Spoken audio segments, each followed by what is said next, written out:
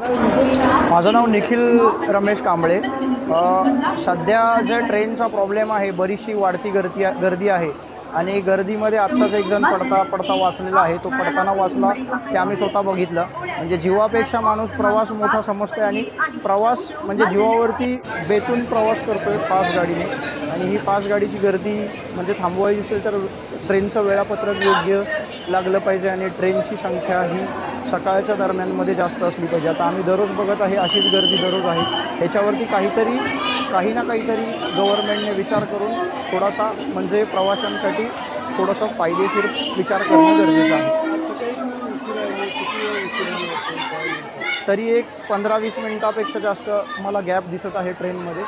तुम्ही पण आता बघितलं, तुम्ही ह्याच्या आधीचं स्टेटमेंट दिलेलं आहे. भरपूर गॅप ट्रेनमध्ये मला दिसत आहे आणि आत्ता तुम्हीसुद्धा बघितलं की एक व्यक्ती खरंच चालत्या ट्रेनमधून उतरलेला आहे आणि तो पडता वाचलेला आहे.